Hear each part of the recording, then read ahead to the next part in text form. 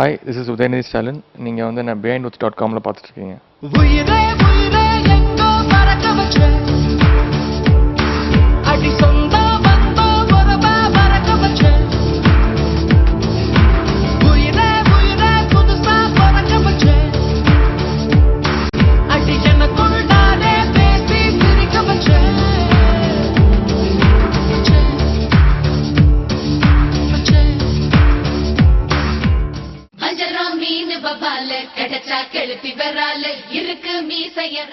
ரொம்ப ஒரு புது எக்ஸ்பீரியன்ஸ், ரொம்ப ஒரு ஜாலியான எக்ஸ்பீரியன்ஸாக இருந்துச்சு.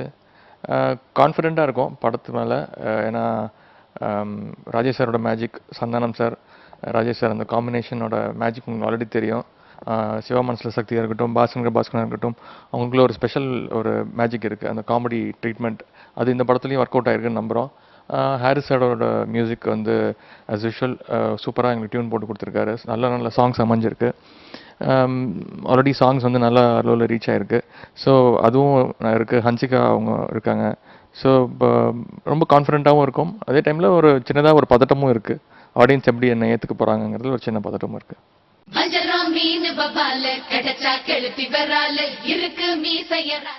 எனக்கு வந்து அவருடைய படங்கள் எனக்கு ரொம்ப பிடிக்கும்.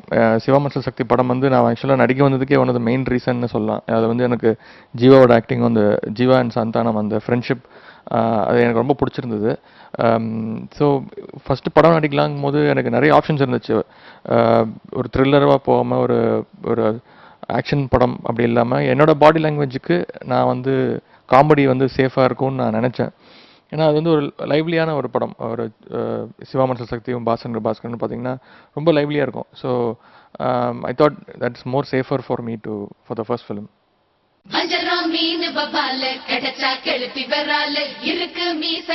எனக்கு மிஷ்கின் சார் வந்து one of the favourite directors. ரொம்ப டைரக்டருங்க விட ஒரு நல்ல ஃப்ரெண்ட் அவர். ஒரு படத்தில் நடிக்கணும்னு எனக்கு ரொம்ப ஆசையாக இருந்துச்சு. அவர் வந்து ஆக்சுவலாக நாங்கள் ப்ரொடியூஸ் பண்ண ஒரு ஷார்ட் ஃபிலிம் அவர் ஒன்று டைரக்ட் பண்ணார். ஸோ அப்போ நாங்கள் போயிருக்கும் போது நான் அவர்கிட்ட சொன்னேன், சார் எங்களுக்கு ஒரு படம் பண்ணி கொடுங்க சார் அப்படின்னு சொன்னேன். கண்டிப்பாக பண்ணலாம்ப்பா அப்படின்னாரு. அவர் ஒரு ஸ்கிரிப்டும் சொன்னார், எனக்கு ரொம்ப பிடிச்சிருந்துச்சு. அதுதான் யுத்தம் செய். சரிங்க சார் இது பண்ணுவோம் அப்படின்னு சொல்லி என்னை வந்து ஃபோட்டோ ஷூட்லாம் பண்ணார் அவர். ஒரு ஃபுல் டே ஃபோட்டோ ஷூட்லாம் பண்ணோம். அந்த ஸ்டில்ஸ்லாம் ஆக்சுவலாக இன்னும் வெளியில் வரவே இல்லை. எனக்கும் அவருக்கு மட்டுமே அது ரகசியம். அந்த ஸ்டில்ஸ்லாம் கன்னெல்லாம் பிடிச்சிட்டு ரொம்ப பயங்கரம் ஹீரோயிசமாக, அதுவும் பயங்கரமான ஒரு எக்ஸ்பீரியன்ஸ் அந்த ஃபோட்டோ ஷூட்டும். என்னை முதல்ல கேமராவில் வந்து என்னை பார்த்தது வந்து மிஷ்கின் சார் தான். ஆனால் என்னென்னா, அதான் எனக்கு ஒரு சின்ன டவுட் இருந்துகிட்டே இருந்தது. ஒரு ஆக்ஷன் படமாக போகலாமா இல்லை வந்து ஒரு காமெடி படமாக போகலாமா அப்படிங்கிற ஒரு சின்ன டவுட் இருந்துச்சு. அப்போது நான் டிசைட் பண்ணது, சரி நான் அவர்கிட்ட சொன்னேன், சார் நான் வந்து இந்த ஒரு ரூட் எடுத்துடுறேன், அதுக்கப்புறமா நம்ம ஒரு காமெடி படம் பண்ணுவோம், ஒரு த்ரில்லராக ஒரு படம் பண்ணலாம் சார் அப்படின்னு சொன்னேன். அவரும் கண்டிப்பாப்பா நீ பண்ணிட்டு வா, ஒன்றும் பிரச்சனையே இல்லை அப்படின்னாரு. அதனால தான் அந்த படம் பண்ண முடியாமல் போச்சு. அண்ட் யுத்தம் செய் வந்து சேரன் சார் வந்து சூப்பராக பண்ணியிருந்தார். கண்டிப்பாக நான் வந்து சேரன் சார் அளவுக்கு நான் கண்டிப்பாக நான் பண்ணியிருக்க மாட்டேன். அது நான் தெளிவாக சொல்கிறேன். அதாவது மிஷ்கின் சார்ட்டே சொன்னேன், நல்ல வேலை சார் நான் பண்ணல இந்த படம் அப்படின்னு நான் அவர்கிட்ட சொன்னேன்.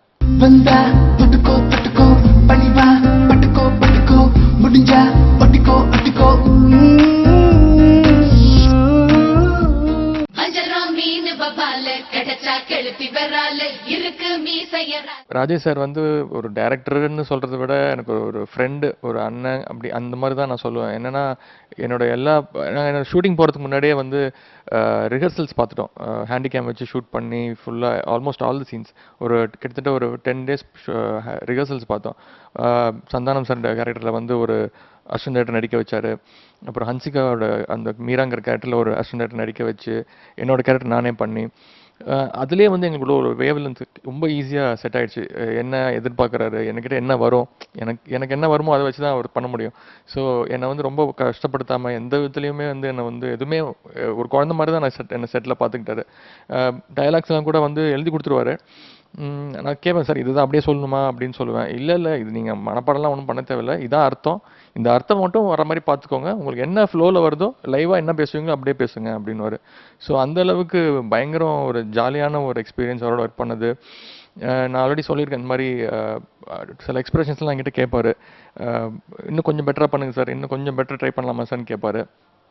ஒரு 4, 5 டேக்கு அப்புறம் நான் அதே தான் பண்ணிட்டுருப்பேன். நான் வந்து அவர்ட்ட கேட்பேன், "சார்" அப்புறம் சொல்லுவார், "ஓகே சார்" அப்படின்டுவாரு. நான் சொல்லுவேன், "சார் இன்னும் ஒன் மோர் போலாமா?" அப்படின்னு கேட்பேன். அவர் வந்து, "இல்ல சார், நீங்க ஃபர்ஸ்ட் டைம் பண்ணதே பெட்டரா இருந்துச்சு. நான் அத வச்சே நான் மேட்ச் பண்ணிக்கிறேன்" அப்படின்னு சொல்லுவாரு. ஸோ அதாவது ரொம்ப ஜாலியான ஒரு எக்ஸ்பீரியன்ஸ் ராஜேஷ் சாரோட ஒர்க் பண்ணது. நான் திருப்பி வேற எந்த டைரக்டர்கிட்ட போறதுக்கே எனக்கு வந்து பயமா இருக்கு. இவர்கிட்ட சிங்க் ஆன மாரி எனக்கு சிங்க் ஆகுமான்னு எனக்கு தெரியல. அதனாலயே எனக்கு கொஞ்சம் பயமா இருக்கு மத்த டைரக்டர்ஸ் கிட்ட கமிட் ஆகுறதுக்கு. நான் அதான் அவர்ட்ட சொல்லிட்டு இருக்கிறேன். நீங்க வந்து எனக்கு கதை செலக்ட் பண்ணி குடுங்க சார். நீங்க வந்து எனக்கு அடுத்த டைரக்டர் நீங்க ஃபிக்ஸ் பண்ணுங்க ஸ்டோரி கேட்டுட்டு. ஏன்னா எனக்கு தெரியல. மத்த டைரக்டர்ஸோட நான் ஒர்க் பண்ணது கிடையாது. உங்களுக்கு தெரியும். மத்தவங்களோட பழகியிருக்கீங்க. அ உங்களுக்கும் தெரியும் என்னோட பாடி லாங்குவேஜ் எப்படி இருக்கு. எனக்கு என்ன என்ன கதை கைண்ட் ஆஃப் கதை எனக்கு மேட்ச் ஆகும்னு உங்களுக்கு தெரியும். ஸோ நீங்க எனக்கு செலக்ட் பண்ணி குடுங்கன்னு சொல்லிட்டு இருக்கேன். அப்படியும் செலக்ட் ஆகலன்னா நான் அவர்ட்ட சொல்றேன், சார் நான் வெயிட் பண்றேன். நீங்க இன்னொரு படம் முடிச்சுட்டு வாங்க. நான் அது வரைக்கும் வெயிட் பண்றேன். எனக்கு ஒண்ணும் அவசரமே இல்ல. நான் அடுத்து உங்களோட ஒர்க் பண்ணணும்னு தான் எனக்கு ரொம்ப ஆசையா இருக்குன்னு அவர்ட்ட சொல்லிட்டு இருக்கேன். ஸோ கண்டிப்பா இந்த படம் முடிஞ்சிருச்சு. ராஜேஷ் சார வந்து நான் ரொம்ப மிஸ் பண்ணுவேன். அடுத்து சந்தானம் சார். அவரு வந்து பத்தி சொல்லவே தேவையில்ல. இருக்கிறதுலே இப்ப நம்பர் 1 காமெடியன் அப்படின்னு சொல்றத விட, எனக்கு வந்து கிடைச்ச ஒரு நல்ல நண்பர் சினிமால.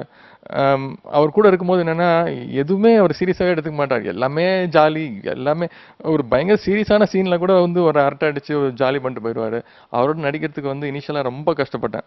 என்னன்னா, அவர் வந்து ரிஹர்சல் பார்க்கும்போது ஒண்ணு பண்ணுவாரு. அப்புறம் வந்து இம்ப்ரூவ்மென்ட் பண்ணுவாரு. அத இம்ப்ரூவ்மென்ட் ஃபேஸ் எக்ஸ்பிரஷன்லாம் மாத்தி, டயலாக் டெலிவரி மாத்தி, மானிட்டர்ல ஒண்ணு பண்ணுவாரு. அப்பவே சொல்லுவேன், "ஏங்க நீங்க அதுல வேற மாரி பண்ணுங்க, இப்ப வேற மாரி பண்ணுங்க. சிரிக்கிறதா நான் நடிக்கிறதா?" அப்படின்னு கேட்பேன். விடுங்க பாஸ்ன்னுவாரு. அப்புறம் என்ன பண்ணுவேன், டேக்ல வந்து டோட்டலா வேற இன்னும் கொஞ்சம் அதிகமா எக்ஸ்பிரஷன்லாம் மாத்தி வேற மாரி பண்ணுவாரு. நான் வந்து சிரிச்சுருவேன். அ இப்ப நீங்க அந்த ட்ரெய்லர் கூட பார்த்தீங்கன்னா, அந்த கேட்கிறவன் கேனையா இருந்தா கேரம் போர்ட கண்டுபிடிச்சது கே.எஸ். ரவிக்குமார்ன்னு அவர் சொன்னதெல்லாம் வந்து இன்ஸ்டன்ட்டா அவர் சொன்னது. அதெல்லாம் வந்து மானிட்டர்லாம் கிடையவே கிடையாது. டேக்ல அப்படியே சும்மா அடிச்சாரு. நான் நீங்க அந்த ஷாட்ல பார்த்தீங்கன்னா, நான் கீழ குனிஞ்சிருவேன். எனக்கு சிரிப்பு அடக்கவே முடியாது நெறைய ஷாட்ல. அவரோட நடிக்கும்போது ரொம்ப கஷ்டப்பட்டு நடிச்சேன். அப்புறம் அது எனக்கு ரொம்ப ஹெல்ப் பண்ணாரு. நெறைய ஷாட்ஸ் வந்து சஜஷன் ஷாட்ஸ்ல வந்து என்னோட எக்ஸ்பிரஷன் வந்து என்ன பண்ணுவாரு, அவர் நடிச்சு காட்டுவாரு. அவர் சொல்லுவாரு, "பிரதர் உங்களுக்கு வரலல்ல இது" அப்படின்னுவாரு. எனக்கு சுத்தமா வரல அப்படின்னுவேன். நான் பண்றேன். நீங்க என்ன அப்படியே பார்த்து அப்படியே பண்ணுங்க. ஒரு மிரர பார்த்து எப்படி பண்ணுவீங்களோ அப்படியே பண்ணுங்க அப்படின்னுவாரு. ஸோ அந்த மாரி நெறைய ஷாட்ஸ் இந்த படத்துல எனக்கு ஒர்க் அவுட் பண்ணி குடுத்தாரு. நெறைய பஞ்ச் அவரோட காமெடி பஞ்ச் வந்து இப்போ சில இடத்துல நான் சொல்லும்போது கைத்தட்டல் வரதுக்கு சான்ஸ் இருக்கு. சிரிப்பு வரதுக்கு சான்ஸ் இருக்கு. பட் எல்லாமே அவரு சொல்லுவாரு. நீங்க இப்படி சொல்லுங்க. நான் இத சொல்றேன். அதுக்கு நீங்க கவுண்டர் இத குடுங்க. அப்பதான் ஒர்க் அவுட் ஆகும் அப்படின்னு. எனக்கு சேர்த்து டயலாக் டெலிவரியா இருக்கட்டும், எல்லாத்துலயுமே வந்து எனக்கு ரொம்ப ஹெல்ப்ஃபுல்லா இருந்திருக்காரு சந்தானம் சார். கண்டிப்பா என்னோட அடுத்த படத்துலயும் அவர் இருப்பார். ஹன்சிகா. ஹன்சிகா அவங்க வந்துட்டு எனக்கு கிடைச்ச ஒரு நல்ல ஒரு ஃப்ரெண்டுன்னு சொல்லுவேன். இனிஷியலா பயங்கரம் பதட்டமா இருந்தது அவங்களோட நடிக்கிறதுக்கு. ஏன்னா, ஃபர்ஸ்ட்டு வந்து அவங்களோட ஒரு ஃபோட்டோ ஷூட் தான் பண்ணோம்.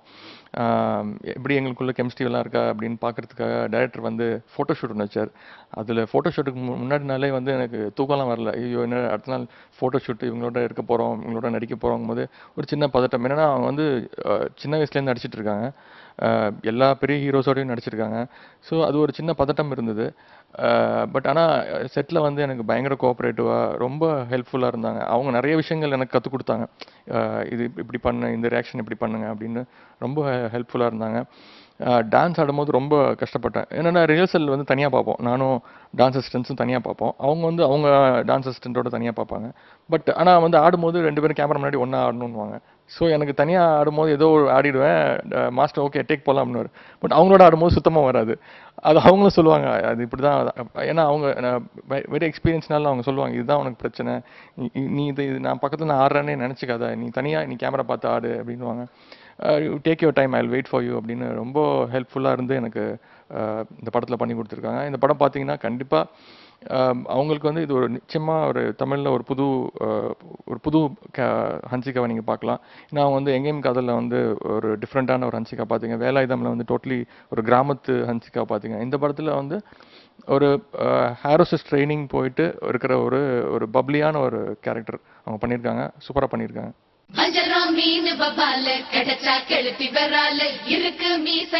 ப்ரொடியூசரா நான் இருந்து ஆக்டரா இருந்திருந்தா என்னன்னா படத்தோட பட்ஜெட் கொஞ்சம் அதிகமாயிடுச்சு. என்னன்னா அங்க ப்ரொடியூசர் விட ஹீரோ வந்து கொஞ்சம் ஓவர்டேக் பண்ணிட்டாரு.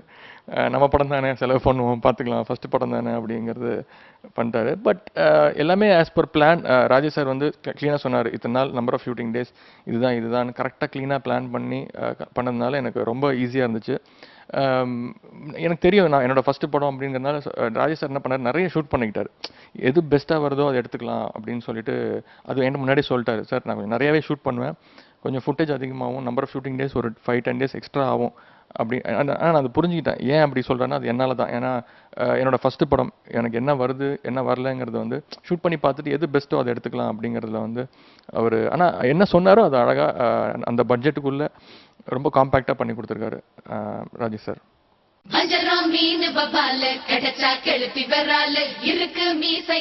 இன்னும் ஹீரோவா வந்து நான் வந்து ஸ்கிரிப்ட் கேட்டுட்டு இருக்கேன். இது வரைக்கும் வேற யாரும் ப்ரொடியூசர் வந்து நான் அப்ரோச் பண்ணவே இல்லை. நானே வந்து அடுத்த படமும் ப்ரொடியூஸ் பண்ணலான்னு இருக்கேன். ஸ்கிரிப்ட் வந்து கேட்டுட்டு இருக்கேன். அதான் என்னோட பாடி லாங்குவேஜ் என்னோட இந்த படம் பார்த்துட்டு மேபி இன்னும் கொஞ்சம் சில டேரக்டர்ஸ் வரலாம். ஸோ அதுக்காக நான் வெயிட் பண்ணிட்டு இருக்கேன். ஆஸ் அ ப்ரொடியூசர் நான் வந்து இப்போ அடுத்து திரு சீனு ராமசாமி சார் தென்மேற்கு பருவக்காற்றுங்கிற படம் எடுத்தார், நேஷனல் அவார்டு வாங்கினார் லாஸ்ட் இயர். ஸோ அவருடைய படம், அவர் டைரக்ஷனில் நீர்ப்பறவைங்கிற படம், விஷ்ணு வெனிலா கபடி குழு, குலநரி கூட்டம் அப்படி படங்கள் எடுத்த திரு விஷ்ணு அவர்களும் பிந்து மாதவி இவங்க 2 பேரும் லீட் பேர் பண்ணுறாங்க. சரண்யா மேம் நடிச்சிருக்காங்க. திரு ரகுநந்தன் மியூசிக் பண்ணியிருக்காரு. வைரமுத்து சார் எல்லா பாடல்களும் எழுதியிருக்காரு. ஷூட்டிங் வந்து நடந்துகிட்ருக்கு.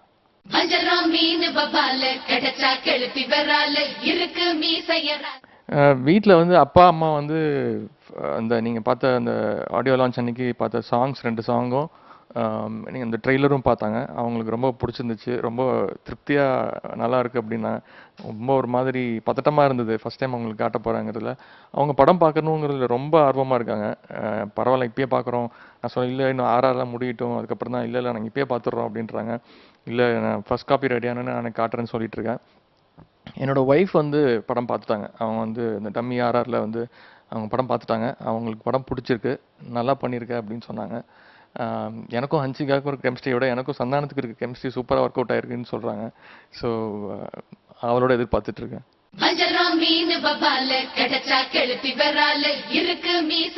ஃபஸ்ட்டு வந்து நான் அவங்ககிட்ட தான் சொன்னேன் படம் நடிக்க போகிறேன் அப்படின்னு. நான் வந்து ஜர்க் ஆகிட்டாங்க. என்னது படம் நடிக்க போறியா அப்படின்னு கேட்டாங்க.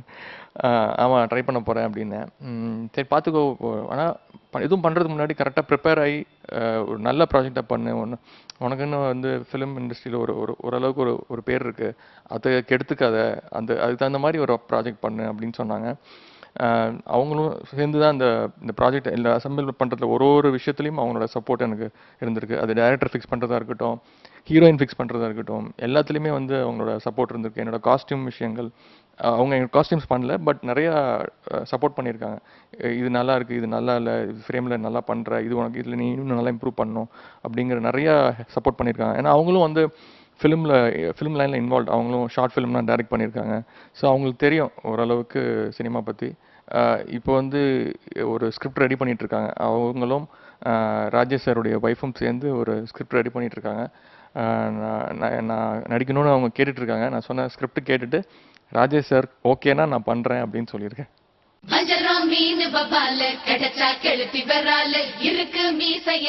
எனக்கு பெருசா ஒன்றும் வித்தியாசம் தெரியல. முன்னாடியே வந்து ஃபிலிம் இண்டஸ்ட்ரியில் தான் இருந்திருக்கேன். நான் ஆஸ் அ ப்ரொடியூசராக இருந்திருக்கேன், ஆஸ் அ டிஸ்ட்ரிபியூட்டராக இருந்திருக்கேன். மேபி படம் ரிலீஸ் ஆனதுக்கப்புறம் டிஃப்ரென்ஸ் இருக்கும்னு நான் நினைக்கிறேன். எனக்கு பெருசா ஒன்றும் வித்தியாசம் தெரியல. இப்போ 2 பேரும் ஒன்னாயிட்டீங்களா? இப்போ பார்,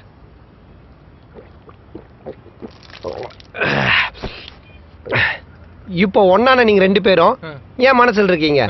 ஆனா உங்களை சேர்த்து வச்ச நான் எங்க இருக்கேன்? குப்பை தொட்டில மச்சான். That is the life.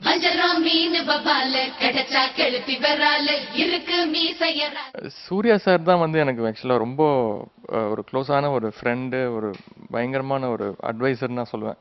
Karthi sir வந்து நல்ல பழக்கம், பட் சூர்யா சார் மாதிரி பழக்கம் கிடையாது. என்னென்னா அவரோட நான் வந்து என்னோட காலேஜில் அவர் வந்து எனக்கு சீனியர், அப்போயே 1 இயர் சீனியர். அப்போவே வந்து ஹாய் ஹலோ அவ்வளோதான், அதுக்கு மேலே எதுவும் பேசுனது கிடையாது. இண்டஸ்ட்ரிக்கு வந்ததுக்கப்புறம் வந்துட்டு 2 பேரும் கொஞ்சம் அப்பப்போ நிறைய பேசிப்போம், நிறைய விஷயங்கள் பகிர்ந்துப்போம். நிறைய எனக்கு அட்வைஸ் பண்ணுவார். இப்படி இந்த மாதிரி பண்ணுங்கள், பாடி லாங்குவேஜ் மாற்றணும், ரிஹர்சல் கண்டிப்பாக போயே ஆகணும், நீ வந்து சாங் போகிறதுக்கு முன்னாடி ரிஹர்சல் போகாதீங்க அப்படின்னு நிறைய அட்வைஸ் பண்ணுவார். ஜிம்முக்கு போங்கன்னு சொல்லுவார். இந்த மாதிரி நிறைய விஷயங்கள். அதே மாதிரி நல்ல விஷயங்கள் ஏதாவது இந்த படத்தை நாங்கள் ஓகே பற்றி கேள்விப்பட்டால் உடனே எனக்கு ஃபோன் பண்ணி அதை சந்தோஷமாக என்கிட்ட பகிர்ந்துக்கிற முதல் ஆள் வந்து சூர்யா சார் தான். ஃபோன் பண்ணி சொல்லுவார், பஸ்ஸு உங்கள் டீம்லேருந்து லைட்மேன் எங்கள் ஷூட்டிங் வந்தாப்புல, நீங்கள் நல்லா பண்ணுறீங்க, ரொம்ப யதார்த்தமாக பண்ணுறீங்கன்னு சொல்கிறாப்புல, ரொம்ப சந்தோஷமாக இருக்குது அப்படின்னு என்கிட்ட நிறைய வாட்டி அது மாதிரி சொல்லியிருக்காரு. அஹ், ஏழாம் அறிவில் வந்து எனக்கு எங்கள் ரெட் ஜெயண்ட்டுக்கே வந்து மிகப்பெரிய ஒரு பெருமை மிகு ஒரு படம்னா அவர் மூலியமாக தான் எனக்கு கிடச்சிது. அவர் தான் வந்து அந்த டீமே ஆர்கனைஸ் பண்ணார். ரவிகே சந்திரன் சார், ஏஆர் முருகதாஸ் சார் வந்து அந்த டீமே வந்து எனக்கு ஆர்கனைஸ் பண்ணி அவ்வளோ கஷ்டப்பட்டு அந்த படத்தை வந்து எங்களுக்கு பண்ணி கொடுத்தாரு. அது சூர்யா சார் இல்லைன்னா அந்த ஏழாம் அறிவே கிடையாது. ஸோ இந்த மாதிரி நிறைய விஷயங்கள் என்னோட படம் ஆடியோ லான்ச்சுக்கும் அவர் தான் வந்து என்னை வாழ்த்தி சிடி வந்து நான் ரிலீஸ் பண்ணுறேன்னு சொல்லி எனக்கு வந்து பண்ணி கொடுத்தாரு. சூர்யா சார் வந்து சினிமாவில் கிடைத்த எனக்கு ஒரு நல்ல நண்பராக இருக்கு. அஜராம் மீன் பபால கிடைச்சா கெளுத்தி வரால இருக்கு மீசையரா. எனக்கு அது ஈஸியாக இருக்குது காமெடி பண்ணுறது. ஏன்னா சந்தானம் சார் நல்லா ட்ரெயின் பண்ணிட்டாரு. ஃபஸ்ட்டு அதுவும் கஷ்டமாக தான் இருந்துச்சு. சரி, எல்லாருமே சொல்லுவாங்க காமெடி தான் இருக்கிறதுலே கஷ்டம் அப்படின்னு. பட் எனக்கு அது கொஞ்சம் ஈஸியாக இருந்துச்சு. எடுத்தோடனே ஆக்ஷன்லாம் பண்ணி 10 பேரை தூக்கி போட்டு நான் பஞ்ச் டைலாக்லாம் பேசி த்ரில்லர்லாம் பண்ணி என் த்ரில்லர் பண்ணணும்னு ரொம்ப ஆசை. மிஷ்கின் சார் படம் பண்ணணும்னு ரொம்ப ஆசை. பட் இப்போதைக்கு எனக்கு காமெடி எனக்கு நல்லா வருதுன்னு நம்புகிறேன். இந்த படம் ரிசல்ட்டை பொறுத்து என்னோட அடுத்த படம் கமிட் ஆவேன்னு நினைக்கிறேன். அஜராம் மீன் பபால கிடைச்சா கெளுத்தி வரால இருக்கு மீசையரா. கண்டிப்பாக இப்போதைக்கு ஃபிலிம்ஸ் தான். இப்போதைக்கு நான் வந்து பாலிடிக்ஸ் வர ஐடியாவே எனக்கு கிடையாது. அஜராம் மீன் பபால கிடைச்சா கெளுத்தி வரால இருக்கு மீசையரா. என்னோட ஃபிலிம் நானே தான் டப் பண்ணியிருக்கேன். ஏன்னா நேஷ்னல் அவார்டு வாங்குறதுக்கு அது ஒரு பெரிய க்ரைட்டீரியா நாங்கள். ஸோ சும்மா சொன்னேங்க. இந்த படத்தில் நானே தான் டப் பண்ணியிருக்கேன். டப்பிங்கே வந்து ஒரு பெரிய ப்ராசஸாக பண்ணேன் நான். அதுவே ஒரு பெரிய காமெடி. என்னென்னா ஃபஸ்ட்டு டே வந்து டப்பிங் ஸ்டார்ட் பண்ணோம். ஸ்டார்ட் பண்ணிட்டு சுத்தமாக வரல. ஒரு 5 மினிட்ஸில் சார் வந்து போதும் சார் போதும் அப்படின்ட்டாரு. ராஜேஷ் சார், ஏன் சார் நான் பண்ணுறேன் சார் இல்லை இல்லை விட்டுருங்க, 4-5 நாள் ஆகட்டும் அப்புறமா ஸ்டார்ட் பண்ணுவோம் அப்படின்ட்டு திருப்பி ஒரு 4-5 டேஸ் கழிச்சு ஸ்டார்ட் பண்ணோம். கிட்டத்தட்ட ஒரு 15 டேஸ் டப் பண்ணேன். ஒரு 2 ஹவர்ஸில் வாய்ஸ் போயிடும். ஸோ அப்போ அங்கே சொல்லிட்டு இருந்தாங்க இது மாதிரி விஜய் சார் வந்து அதாவது ஒரே நாளில் முடிச்சுடுவாராம் ஒரு படத்தோட டப்பிங்கை. என்னது ஒரே நாளில் முடிச்சிருவாரா அப்படின்னா, ஆமாம் அஜித் சார் வந்து ஒரே அப்படி நைட்டு வந்தாருன்னா வித்தின் 12 ஹவர்ஸில் டப்பிங் முடிச்சுட்டு ஒரு படத்தில். இந்த மாதிரி சில விஷயம்லாம் கேட்கணும் எனக்கு ரொம்ப அவமானமாக இருந்தது. என்னடா அது நம்ம 15 நாளாக பேசிகிட்டு இருக்கோம் அப்படின்னு. 15 டேஸ் பேசினதுக்கப்புறம் முடிச்சுட்டு என்ன பண்ணேன், சரி ஃபஸ்ட்லேருந்து போடுங்க நம்ம என்ன பேசியிருக்கேன்னு பார்ப்போம்னு சொல்லி ஃபஸ்ட்லேருந்து போட்டால் முதல் நாள் 2ஆவது நாள் பேசுனதுலாம் அவ்வளோ கேவலமாக இருந்தது. என்னங்க இவ்வளோ கேவலமாக பேசியிருக்கேன்னு நானே கேட்டு திருப்பி ஒரு 2ஆவது ரவுண்ட் நான் வந்து டப்பிங் பண்ணியிருக்கேன். ஒரு படத்துக்கு 2 வாட்டி டப்பிங் பண்ண ஒரே ஆர்டிஸ்ட் நானாக தான் இருப்பேன். ஸோ அது ஒரு நல்ல எக்ஸ்பீரியன்ஸு. சந்தானம் சார் வந்து பயங்கரம். அவர் டப்பிங்கில் நான் பேசிகிட்டு இருக்கும்போது அப்பப்போ வந்து பேசிட்டு போவார். ஸோ அதெல்லாம் வந்து ரொம்ப மறக்க முடியாத ஒரு எக்ஸ்பீரியன்ஸ் டப்பிங். அஜராம் மீன் பபால கிடைச்சா கெளுத்தி வரால இருக்கு மீசையரா. என்னோட ஃப்ரெண்ட்ஸு அந்த ஒரு குரூப்லாம் இருக்காங்க. அவங்களோட இருக்கும்போது நான் அஃப்கோர்ஸ் ஜாலியாக தான் பேசிகிட்டு இருப்பேன். இப்போ வந்து ராஜேஷ் சார் சந்தானம் சாரோட சேர்ந்து நான் ரொம்ப கெட்டு போயிட்டேன்னு சொல்கிறாங்க எல்லாரும். அஜராம் மீன் பபால கிடைச்சா கெளுத்தி வரால இருக்கு மீசையரா. பாலு சார் என்னோட சினிமோட்டோகிராஃபர். ரொம்ப ரொம்ப ஒரு சினிமாவில் நான் பார்த்த one of the sweetest person நான் சொல்லுவேன். என்னை வந்து ஓரளவுக்கு அழகாக காட்டுறதுக்கு ட்ரை பண்ணியிருக்காரு. மேக்ஸிமம் அவரும் ட்ரை பண்ணியிருக்காரு. டிஐ அது இதுன்னு பூந்து விளையாண்டுட்டு இருக்காரு. ஸோ அவரை நான் ரொம்ப தேங்க் பண்ணி ஆகணும். Thank you Balu sir. And Dinesh master என்னோட டான்ஸை வந்து என்னைக்கும் ஓரளவுக்கு ஆட தெரியும் அப்படிங்கிறது வந்து அவரோட ட்ரைனிங் இல்லாமல் நான் பண்ணியிருக்க மாட்டேன். அவரோட அசிஸ்டன்ஸ் அவங்க 2 பேர் இருக்காங்க, மிராஷ் அண்ட் சுரேஷ், வசந்தி. எனக்காக மேக்ஸிமம் செட்டில் திட்டு வாங்கினது அவங்க 2 பேர் தான். அங்கே ஆடிட்டு இருப்போம், மைக்கில் கண்ணாமண்ணான்னு திட்டுவார். டேய் மிராஷ் என்னடா என்னடா ஆடுறீங்க பின்னாடி அப்படி இப்படின்னு திட்டுவார். ஃபஸ்ட்டு 2-3 நாள் கூட நான் நினச்சேன் நம்ம நல்லா தான் ஆடுறோம் போல இருக்குது, பின்னாடி இவனுக்கு தான் சரியாக ஆடலன்னு நினச்சேன். அதுக்கப்புறமா தான் எனக்கு தெரிஞ்சது மாஸ்டர் என்ன தான் திட்டுறாரு, அவங்கள திட்டல அப்படின்னு. ஸோ அவங்களுடைய ட்ரைனிங் இல்லாமல் இந்த படத்தில் 2 சாங் ஒரு சாங் நானும் சந்தானம் சாரும் ஆடியிருக்கோம். அந்த வேணாம் மச்சான் வேணாங்கிற சாங் வந்து அது ஒரு ரொம்ப நல்ல ஒரு எக்ஸ்பீரியன்ஸ். ராமேஸ்வரத்தில் எடுத்தோம். ஒரு 4 டேஸ் ஷூட் பண்ணோம். ஃபஸ்ட்டு டைம் சந்தானம் சார் வந்து ஒரு ஃபுல் சாங் ஆடியிருக்காரு. நல்லா ஆடியிருக்காரு. அதே மாதிரி இந்த சாங் அழகே அழகே சாங் வந்து இதில் எடுத்தோம், ஜார்டானில்.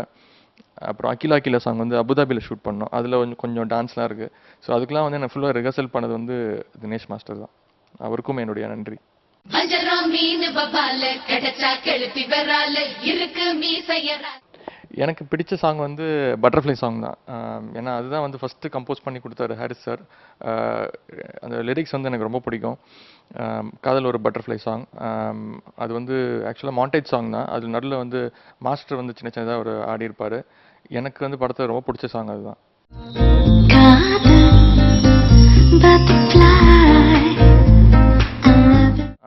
பிஹைண்ட் வுட்ஸ் நேயர் அனைவருக்கும் நன்றி. இவ்வளோ நேரம் நான் பேசுனதை வந்து பொறுமையாக கேட்டதுக்கு ரொம்ப நன்றி. தயவுசெய்து தேட்டரில் போய் படம் பாருங்கள். திருட்டு விசிட்டில் படம் பார்க்காதீங்க. இந்த ஓகே ஓகே ராஜேஷ் சாருடைய, சந்தானம் சாருடைய அந்த மேஜிக் கண்டிப்பாக ஒர்க் அவுட் ஆயிருக்குன்னு நம்புகிறேன். கண்டிப்பாக நீங்கள் குடும்பத்தோடு போய் ஒரு 2.5 hours ஃப்ரெண்ட்ஸ் அண்ட் ஃபேமிலியோட போய் ஒரு 2.5 hours நல்லா சிரித்து ரசித்து பார்க்கக்கூடிய ஒரு படமாக இருக்கும் நம்புகிறேன். தேங்க்யூ.